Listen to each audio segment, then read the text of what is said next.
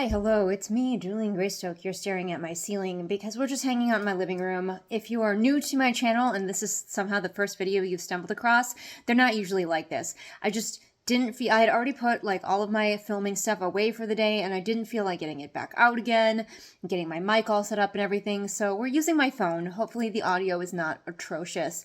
But we're just sitting here, I'm going to be sketching. Nigel's here, mad that my sketchbook is on my lap instead of him. He's very affronted about that scenario.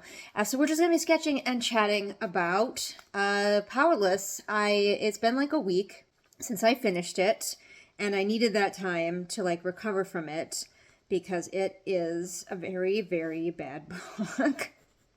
I don't understand why it's as popular as it is. Like, legitimately, I don't understand. Like, I get, like, some books, I get that they're popular because it's kind of just like, turn your brain off and enjoy. But like, the levels to which you have to shut your brain off for Powerless are sort of extreme levels. Like, I kind of wonder, when you shut your brain off to read Powerless, like, are you okay afterwards? Can your brain ever get turned back on from where it went when you had to read Powerless? But those of you who don't know, those of you who are new here, hi, I am an indie author and developmental editor, and if you would like to hire me to developmentally edit your book so it doesn't end up like Powerless, you can do that. Find me on Fiverr. But anyway, if I was developmentally editing this book and I wanted to help the author fix it, because here's the thing, there are some books that I've read for these read-alongs where I've been like, there's no way to fix this. This is just awful. I don't think I can fix it. Like Nightbane, I'm pretty sure I was like, I don't think I can fix this. Nigel just tried to spill all my colored pencils because he was trying to get on my lap from a different angle. I do think that Powerless has a base that we could use to turn it into an okay book. Will it ever be like an amazing, life-changing book? No. But can we turn it into one that is at least not horrifying in its implications? I think so. So let's just start from square one. Let's start with Peyton. She's a plucky little thief living in this city. She is powerless, hence the title, but she doesn't have stupid silver hair. Like, why does she have silver hair? Like, that just feels like it is hinting too strongly that she's going to have powers later, that she's actually going to turn out to have powers. And in the meantime, it's just like, why does she have silver hair? Not everybody who has powers has special hair, so I think we could cut that. I've said it before, and I'll say it again. If you feel like to make your character cool and unique, you need to give them special hair, then maybe you need to rework your character, all right? Like, make them cool and unique in some other way. Anyway, so we got Peyton. She's a scrappy little thief living in the city, and she hates the royals because the royals are keeping her and people like her down. If anybody found out that she didn't have magical powers, she would be killed, and she's keenly aware of that, and so she hates the royals, including Prince Kai, who she knows is the king's enforcer, who she is aware is around the city. Like, maybe she still doesn't quite know what he looks like. Like, maybe he goes in disguise, or maybe he's really, really discreet. But she knows that he exists, and she doesn't like him. And then there's Prince Kai. Prince Kai, the king's enforcer.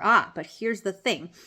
We can either not have his point of view at all, which you know I'm a fan of, or if we want to have his point of view, we're going to make him an actually redeemable character. We are going to make him actually do more than just feel a little bit bad for killing a kid, so he sends her off to die in the desert instead of killing her with his own two hands. No, we're not doing that. For this, we need a little backstory.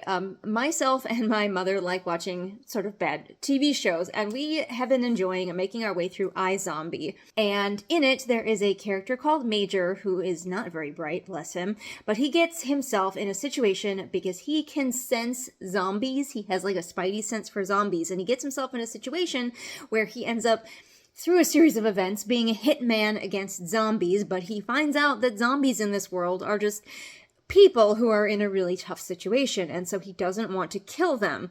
And so Major, like, goes out of his way to find ways to not kill them, but make it look like he did. So when he reports back to his evil boss, the evil boss thinks that he's done the thing. So that's what I would do to Kai. I would have him tell the king, yep, yes sir, I'm gonna go kill people, and then go out and make it look like he killed them. We're not talking about just sending people across the desert with no supplies, being like, Good luck. I mean, like, if he does that, he gives them supplies. He's got a hidden storehouse somewhere in town. He takes the little girl, he's pretending for everybody who's watching, oh, I'm gonna kill her, I'm gonna kill her. But then he, like, takes her aside to the storehouse, and instead of it being, like, a slaughtering ground like she thinks it's going to be, it's full of supplies that he sends people out into the wilderness with to give them the best chance of survival. Or something like that. Make it so he hates doing what his father's making him do and actively fights against it, but has to do so in secret because if the news ever got back to his father, he's screwed. So have Kai be a redeemable person, like the bare minimum. He can still be gruff, he can still be growly, he can still be grumpy grump pants who like wears a mask and keeps his shield up, which would make even more sense if he's secretly helping people because he's got to be suspicious of everyone. He cannot let people know that he's a nice person because then his game is up. He's screwed. Kai, actually a redeemable character. But when he encounters Peyton, he realizes that she's powerless, and of course he doesn't want to kill her because, you know, he's actually a nice guy. So when she makes the excuse, oh, you can't sense me because I'm psychic, he's like, perfect excuse. I won't kill you because you're psychic. And if anybody asks, even though he knows that's not true, he's like, if anybody asks, you're psychic. And she thinks that he believes her. We've got some character stuff going on here where he knows she's not psychic, but he's willing to play along. She thinks that she has him bamboozled, all right? Purging trials, the dumb Hunger Games of this book, you know. If this book wants to have a Hunger Games-esque death game, then let him have it. Like, there's so many of those books right now. They're super popular, like, whatever. I'm not saying don't do that, but let's make it make sense. When Peyton saves Kai accidentally, not recognizing him, the people in town hate her. Not what they are doing in the actual book, where they love her and think that she's a hero. They hate her. She saved Prince Kai, the guy who comes into town and seems to kill people. They don't know that he's helping people. He's killing people as far as they know. He's breaking up families. He's murdering people. They're like, she saved him. We hate her.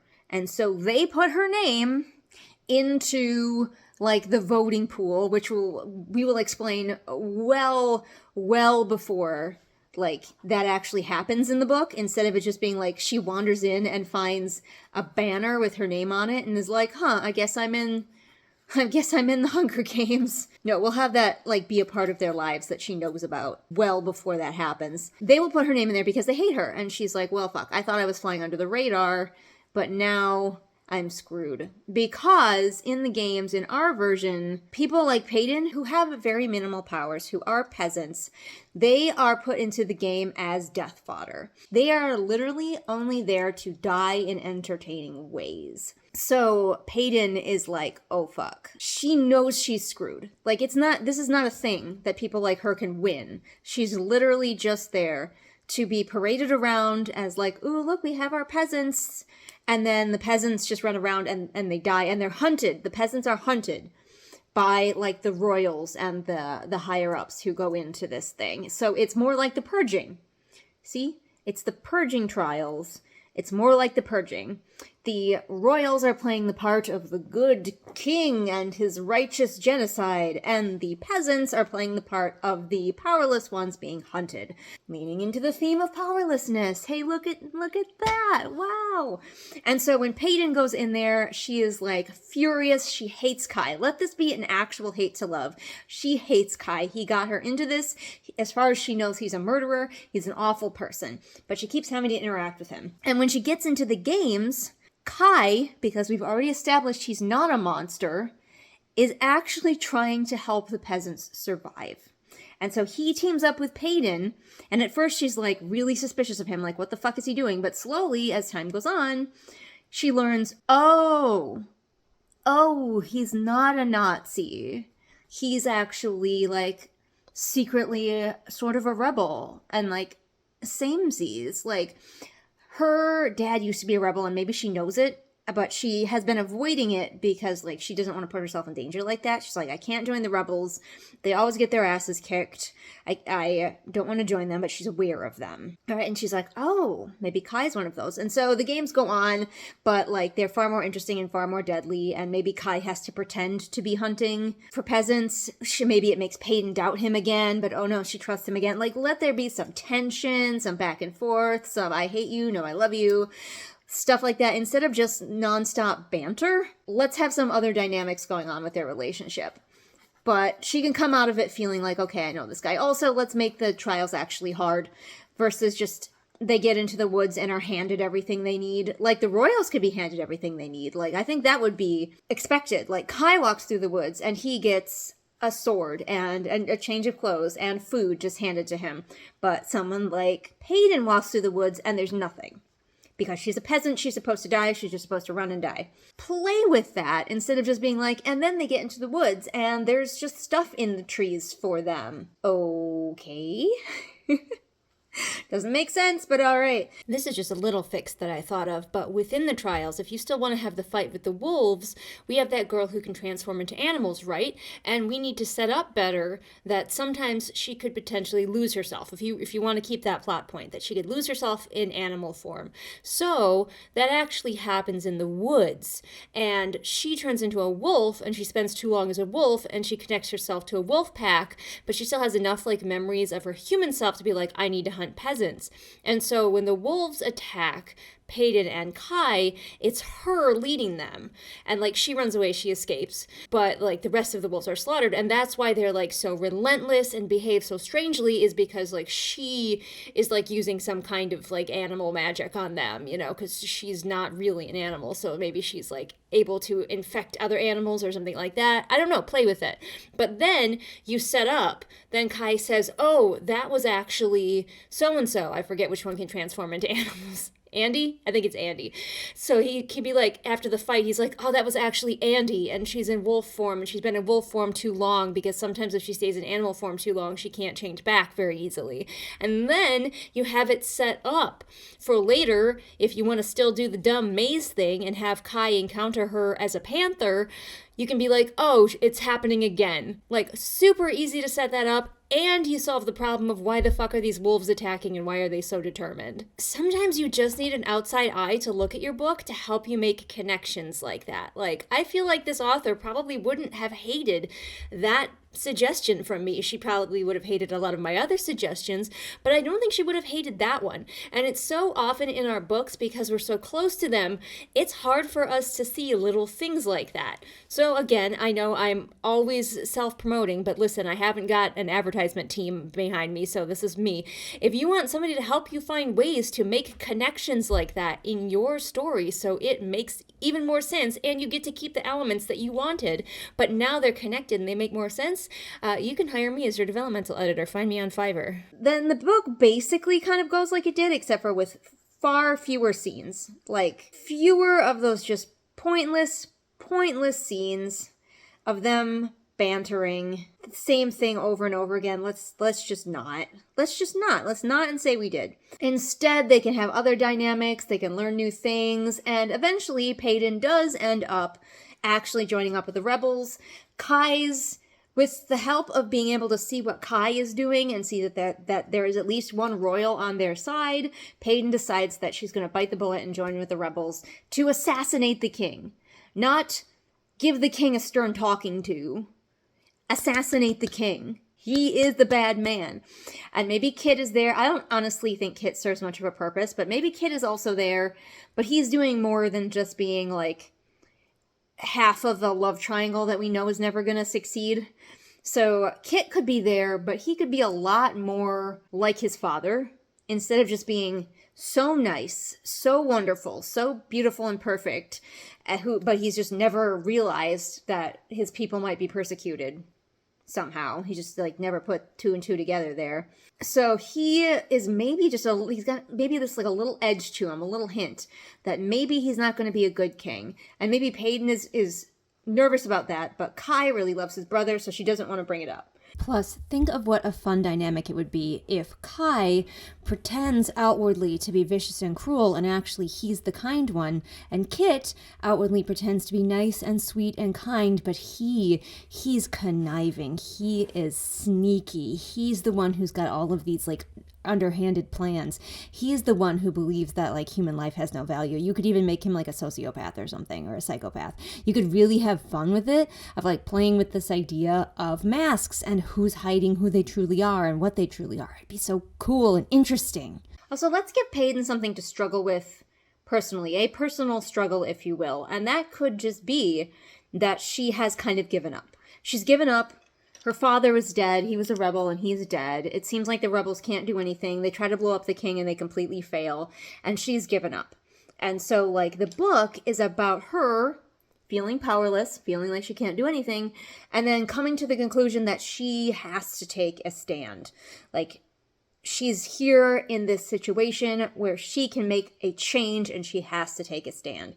And instead of her just, like, when the rebels attack at the end, and maybe it still goes badly, instead of her just fucking off because she has no stake in any of this, she has a lot of stake in it, and she's like, oh no, Kai will defend his brother no matter what. Like, she runs towards the danger instead of away from it like a little coward chicken shit. And maybe she gets herself seriously injured or something like that. Maybe we still do her standoff with the king, but it's like not just randomly out on the road outside, but like maybe she and the king get like stuck somewhere away from everybody else. Maybe they fall into that dumb little room that is stupid that there's no way out of except to jump, and she has to fight him, and she thinks that yes, I've succeeded, I've killed the king, now the rebellion can thrive, except for, oh no, last minute, Kit is like, I am the king now. And he's like, mwahaha, I was evil all along, actually, which would be a really kind of a lame plot twist,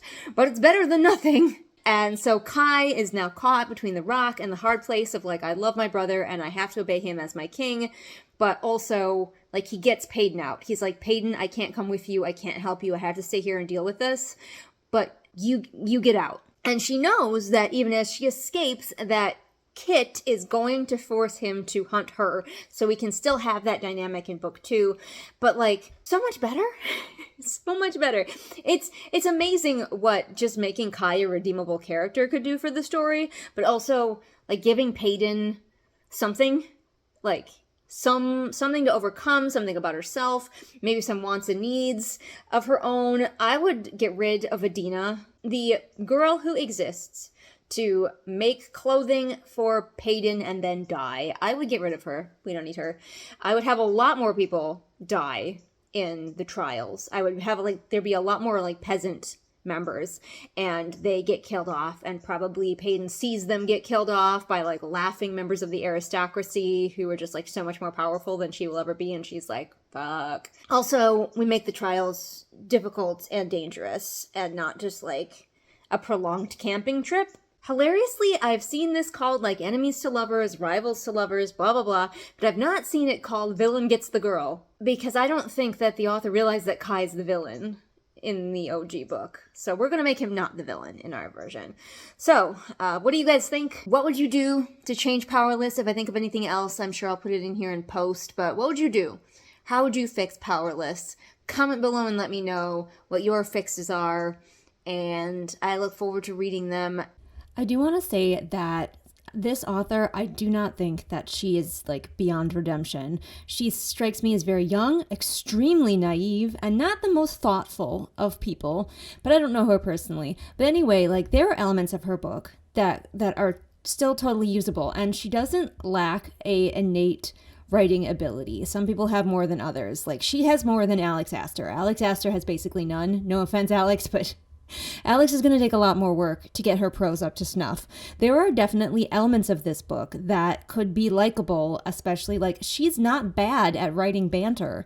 Lauren is not bad at writing banter. Her banter is pretty entertaining. She just needs a whole friggin' lot less of it. What Lauren really needs is a mentor, a guide, an editor who's going to be firm with her, like not cruel, but firm, and tell her honestly, like, no, honey, No, honey, we don't need 12 scenes of banter, identical banter. We don't need them. We don't need a scene where the characters have a thumb war. We don't. Less is more. She needs to learn that less is more. So what she really needs is a firm editor and maybe some critique partners who will be honest and be like, okay, love this scene, but it can't stay in the final product. Like, you're going to need to take it out of the final product. And I think she could be a really good writer. It's just that right now, with publishing the way it is, we are rewarding mediocrity so hard that these young writers like Lauren, who could become better, she could learn to be thoughtful about her characters. She could learn to like channel her ability to write banter into fewer, more meaningful scenes, but she won't, because her crunchy book, unedited book, is a bestseller. And I blame the publishing industry wholeheartedly for this. Like, what are we doing? I hate that self-publishing still has this reputation of our books being bad, when like TradPub is just like, this is fine too. Like, TradPub didn't take the self-published book and fix it like everybody would like to believe that they would do. They published it exactly the way it was. So like, there is no, people who are trying to gatekeep and be like, TradPub is like so much better, like there's a barrier to entry. There's not. It's just about how much money that they think that you will make for them. So it makes me sad, mostly, especially with Lauren, that she just will never get a chance to grow her craft, because she's already going to be surrounded by yes men telling her that it's amazing as it is, honey. You don't need to change anything. I sigh. As usual, do not forget that I have a Patreon as well as channel membership where you can support me as well as get exclusive content never seen here on the regular channel, such as the bonus chapters from the end of Powerless. I will be doing a read-along of them for my patrons. Also, if you want, you can do a one-time donation on Ko-fi. That is always welcome and appreciated. Also, if you want a little bang for your buck, you can hire me as your developmental editor. I can developmentally edit anything from your short stories, your first chapter, even your blurb. I do offer blurb editing. So, if you want a little help and you want to help out me at the same time, hi, hello, I could be your developmental editor. I could be the developmental editor that Powerless desperately needed and clearly didn't get. I'm starting to get concerned, I'll be honest with you, that traditional publishing is not doing developmental edits anymore. Horrifying thought, but if you don't want to be like Powerless, if you want to write a book that is both entertaining and good, both things, consider hiring me as your developmental editor. Anyway, thank you all for watching, and I will see all of you again next time with whatever it is I happen to be doing next time. Bye! A stranger from the outside. Greetings! It's me, Julian Greystoke, and you are my beloved patrons, and you may hear the noises of ferrets in the background as I read all of your names. We have Haley History Nerd, Stephanie, Pixelizzy, Rhea, Christina, Megan, Lady Kragan, Jose, Lunar Muse, AJ, Marshy, Semidark, GK, Scout, Kay, Annika, Jen, Gay Tutter, Constantina, Laknunga, SB Boots, Martha Baggins, July, Bird Anonymous, Sarah, Kat. Boy, the ferrets are just having an amazing time right now. 78 kilograms of shade, Veda, Roma, Pansing Pony, Haley, Sam, Kira, Kohikaru, Mooney, Pudamanster, Kirsten, Bear, Jojo Bookish, Robin, Ursula, Caitlin, Jessica, KJ, Lafone, Mufflier, Celia, Alyssa, Deborah, Afra, Melissa, Swamp Goblin Waifu, Sophia, Marween, Kit, Hidden Glade, Light Julie, Belle, Patrick, Anne Sophie, Callison, Shelby, Zaire, Jesper, Rennie, Scribbling Cat, Savvy, Jenny, Amanda, Lisa, and Sarah. Thanks so much for being my patrons, both those of you who have been around for ages and those of you who are brand new. Love you all. In like a parasocial way. I don't actually like love you because that'd be a little weird. But love you in the way that I love that you're helping me out with my channel. So I'm gonna stop talking now.